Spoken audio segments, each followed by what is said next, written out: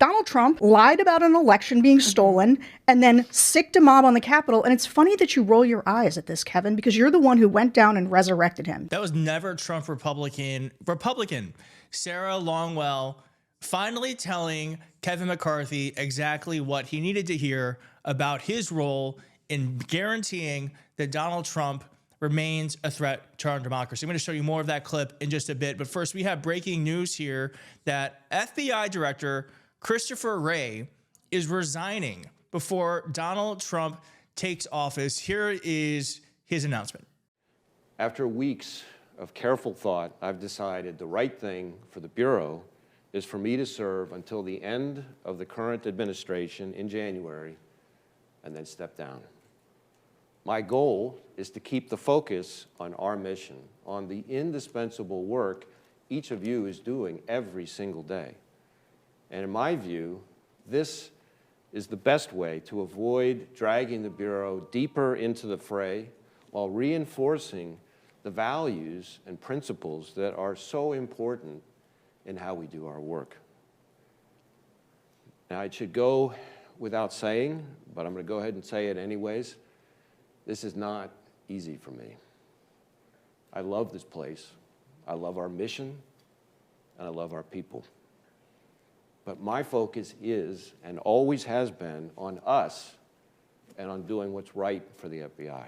Well, I'm really confused because if Christopher Wray really is doing this to protect the FBI, then it is the wrong move, in my opinion, because Donald Trump, don't forget, Donald Trump put this man into office. The only thing that he did wrong, he's not leaving because of some sort of malfeasance, because he messed up a case, because of any corruption.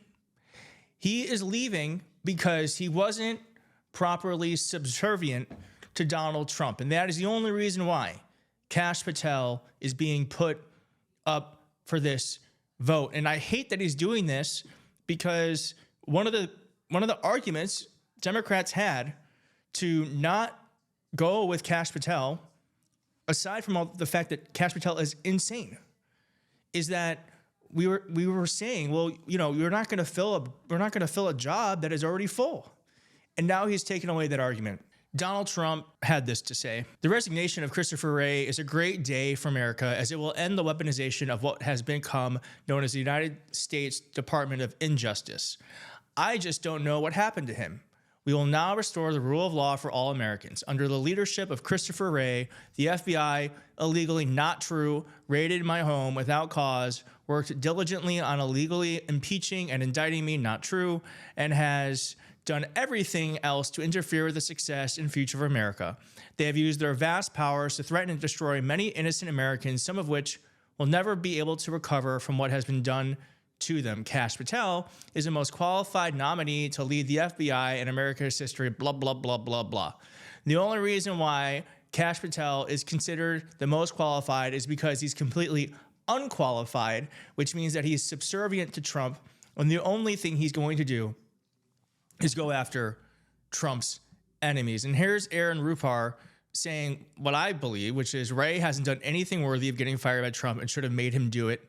And here's Tim Miller saying something very similar. Why would Wray quit before Kash has ever been confirmed in the most absurd nomination in the history of the Bureau? Totally plausible. The guy cracks under questioning. Just going to let Trump appoint some hack as acting director in that case? Mind-boggling. Mind-boggling. I'm without words. I know that's my job to have words, but it's just mind-numbing that people are just bending the knee all around us. And this is one of those signs that Donald Trump intends to make an authoritarian government that is completely subservient to him. And folks like Christopher Wray, who are not courageous, this is not a courageous move. This is a cowardly move.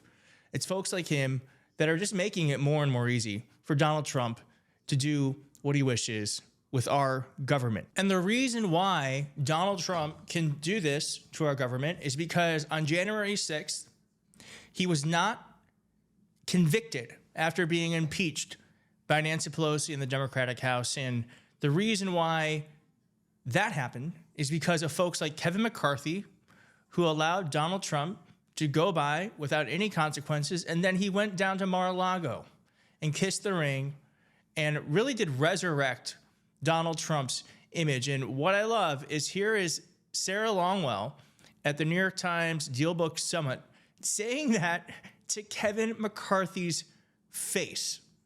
This gave me immense joy. In a time that is quite joyless, this gave me immense joy. Here it is. Independents believe the greatest threat to democracy was Joe Biden getting reelected. There's a difference between what the American people Sarah think Longwell. and what's true.